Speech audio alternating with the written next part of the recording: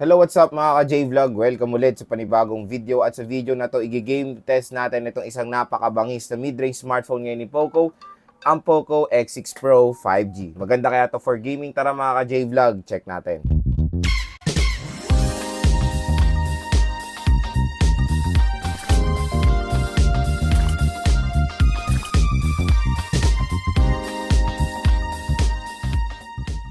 So bago tayo mag-start, ito pala yung specifications, si Poco X6 Pro 5G sa OS out of the box, saka Android 13 siya with HyperOS.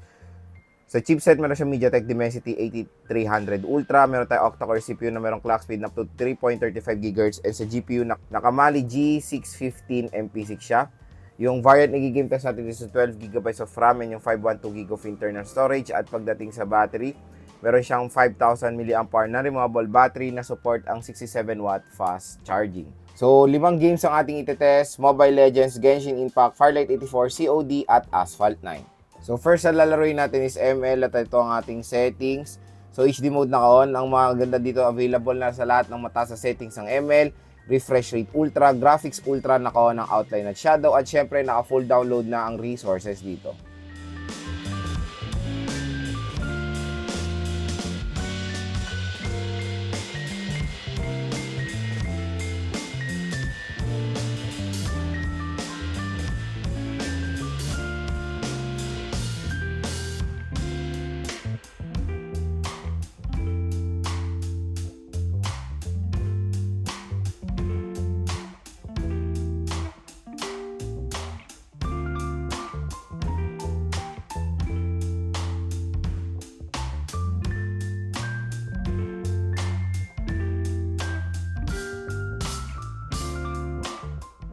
So pagdating sa Mobile Legends, napaka-smooth ng performance dyan ni Poco X6 Pro 5G. So kung naghanap talaga kayo ng isang malupit na gaming smartphone ngayon, maganda nga i-consider itong smartphone na to.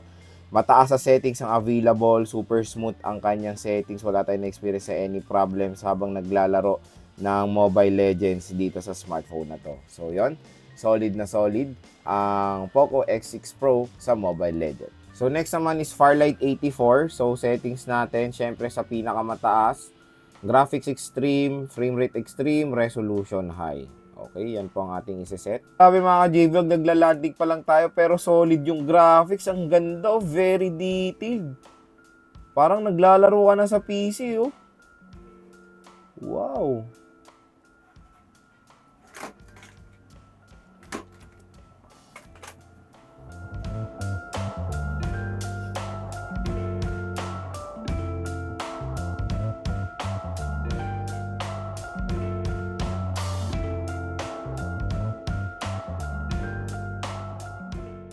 So yan mga ka-J-Vlog, yung performance sa Firelight 84, napaka-smooth.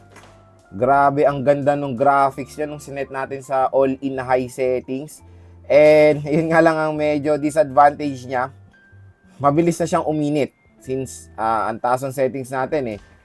Hindi naman yung super init agad. Dito sa bandang joystick, napifeel ko na medyo umiinit na yung smartphone. So, ayan na, while playing, i-consider nyo always yung temperature ng room nyo. Kung mainit ba yung room temperature nyo, mas mabilis po uminit yung smartphone, syempre. And pag uminit na yung smartphone, yun na po yung magre-resulta ng mga malalang frame drop. Pero so far sa Firelight 84, maganda pa naman ang performance sa high settings. Nakakalaro tayo ng mabuti dito. Ayan o, kahit may kalaban, wala tayong mga malalang frame drops while playing this game. Solid, napakalakas ng Poco X6 Pro. Kayang-kayang Firelight 84 sa mataas na set. So next is COD. So set natin yung settings niya. So graphics very high, nice. Frame rate max. At yung ultra ay yan. So pag sinet natin sa graphics ultra, nagme-medium graphics lang. So pag sinet natin sa frame rate ultra, nagme-medium graphics lang yan. Ang gagawin natin frame rate max.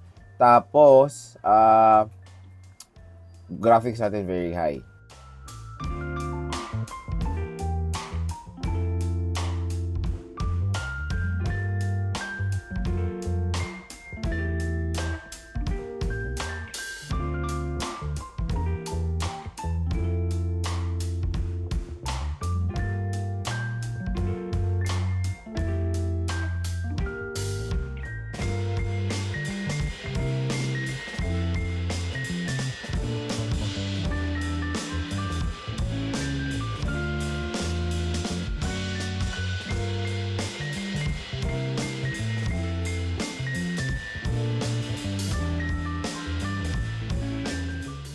So pagdating sa COD Battle Royale, super smooth din ang performance dyan ni Poco X6 Pro 5G sa high settings. To ang ganda ng movement ng player, very detailed yung graphics pag nakaset sa mataas sa settings, super smooth yung movement, pagtutok din ng weapon is super smooth din mga J-Vlog. No frame drops at all when playing Battle Royale dito sa Poco X6 Pro 5.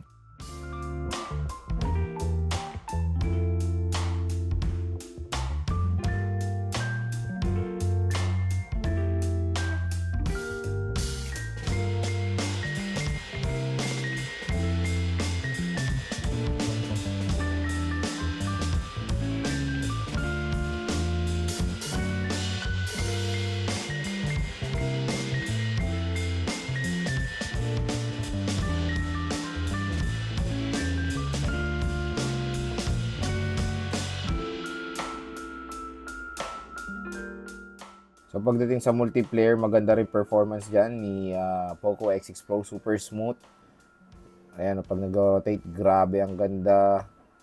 Wala tayong experience na frame drops habang naglalaro ng COD multiplayer dito sa Poco X6 Pro 5G.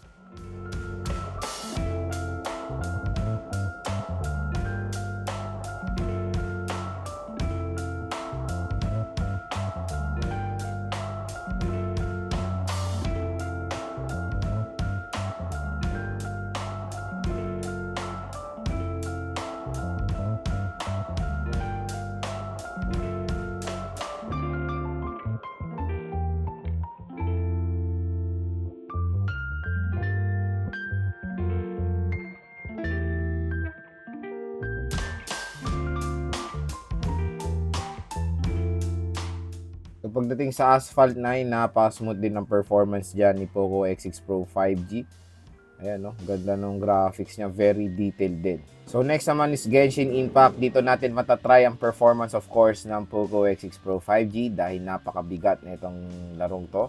So syempre set natin sa mataas sa settings, graphics high, FPS is 60, naka low lang ang motion blur. Okay? So yan, napansin natin na nag-iba na yung itsura ng graphics niya. So let's try.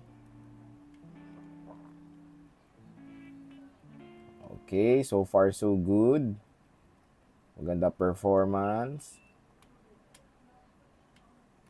So solid.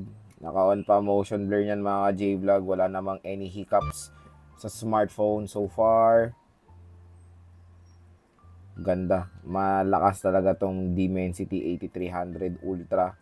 Tingnan nyo naman, yakang-yaka niya. Yung naka-on yung motion blur. High settings to. Solid. Siyempre, considering the RAM din, 12GB of RAM. Napakalaki. Pero, yon matik. Hindi kasi tayo naka-aircon. Depende rin sa room temperature pag naglalaro kayo.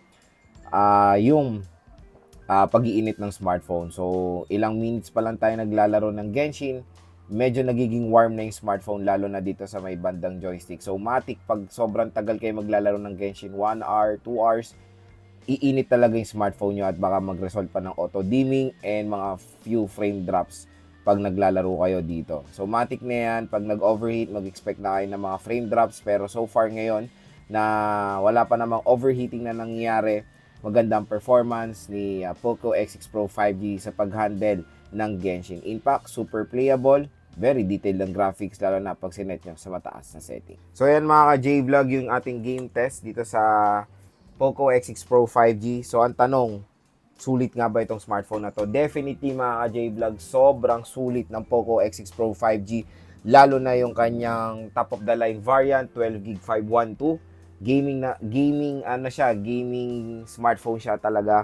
Yung Dimensity 8300 Ultra, napaka-powerful. Tingnan nyo naman, na-handle niya ng walang kahirap-hirap ang Genshin Impact, even Farlight 84. Ang ganda pag sinet niya sa high settings, parang naglalaro na kayo sa PC. So yon, napakagandang i-recommend ito Poco X6 Pro 5G kung naghanap kayo ng isang napakasulit na gaming smartphone, lalo na ngayong Xiaomi Mi Fan Festival 2024. Makukuha nyo na lang ng mas mura sa SRP itong Poco X6 Pro 5G at ilalagay ko po yung link yan sa description box kung interesado kayong bumili netong napakalupit na smartphone ngayon ni Poco. At lahat ng specs nito ay all goods.